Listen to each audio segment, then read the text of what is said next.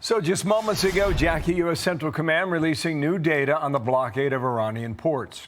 As of today, American forces have redirected 136 ships while disabling 9 others. All this as the president pulls back from another round of strikes on Iran. He called them off yesterday afternoon after saying once again that a deal was at hand. A very strong memorandum of understanding that is a little conceptual, but it's something that's going to get done. And if it doesn't get done for any reason, which I can't imagine that not happening, they want to sign it as much as I do or more. I would say they want to sign it more, maybe a lot more, but it's a very detailed memorandum of understanding, also agreed to by many other countries that have great influence over them, and everybody wants it done. Now, Republican Senator Kevin Cramer, member of the Senate Armed Services Committee, with us here in studio. And good day to you, Senator. Thanks for being here. Thanks for having me. Just looking at a number, apparently state media in Iran is reporting on 14 different points that they want. And if you go through them, this is thick stuff and it's difficult stuff. Where do you think we are? Well, one of the biggest things, I think, in all of this, the thing that concerns me as much as anything, is the money piece of it. I think the maximum pressure campaign that involves sanctions, for example, that involves holding cash back, is probably at this point as devastating to the regime as the ability to bomb them at any point in any place. So I hope that we're not going to give up too much. But I will say this: every time I've thought or I've questioned Donald Trump's instincts, I find out later that I was wrong. And I appreciate his optimism, but I remain a little bit skeptical about the ability to endure through this. Meantime, you have Democrats continuing to seize on this war and what it's doing to the economy and use it for, messaging. Listen to what Schumer said. For months, Democrats have urged Republicans to support our war powers resolution to end this war for real. And for months, Republicans have failed to do so. Americans have made it clear they don't want this war.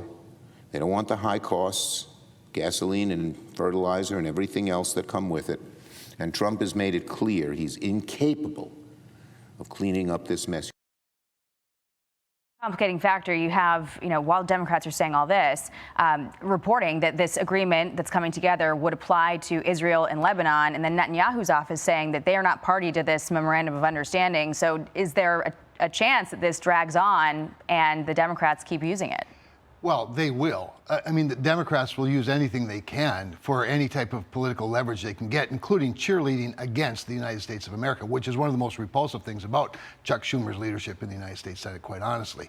And I think they ought to get over it. The reality is, what they never say is that Iran's good or that we should trust Iran.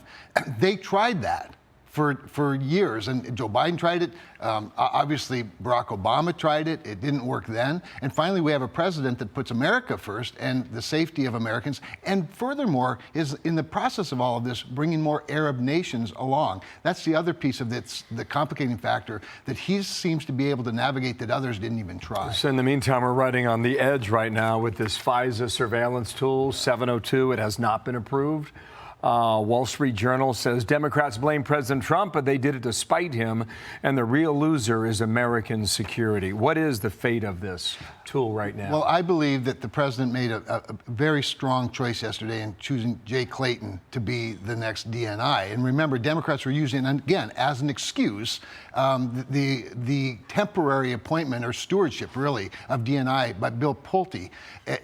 I thought it was a peculiar choice, but it wasn't a permanent choice. It was no reason to put the United States of America and Americans at risk by letting the lapse of 702, of FISA 702 authority.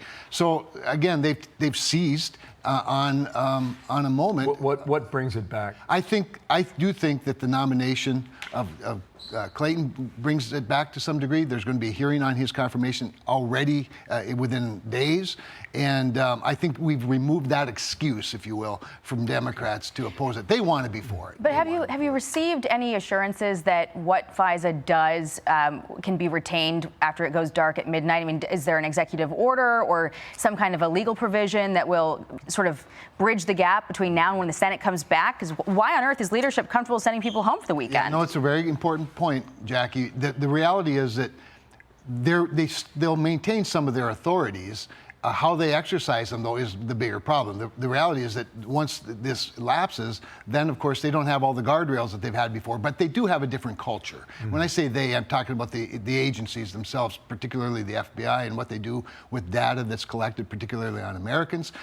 The irony of it is that the deal that has been brokered between the Republicans and Democrats in the Senate actually provides more guidelines, provides more assurances, provides more rights for Americans, and so everything that they've wanted, everything that most of us have wanted, is in that deal. The only factor was Bill Pulte, and that factor is now, I think, set on the sideline and should. Okay, we'll wait for that hearing very soon. Senator, appreciate you coming in. Okay, Thanks, Senator. Kevin Cramer, thank you.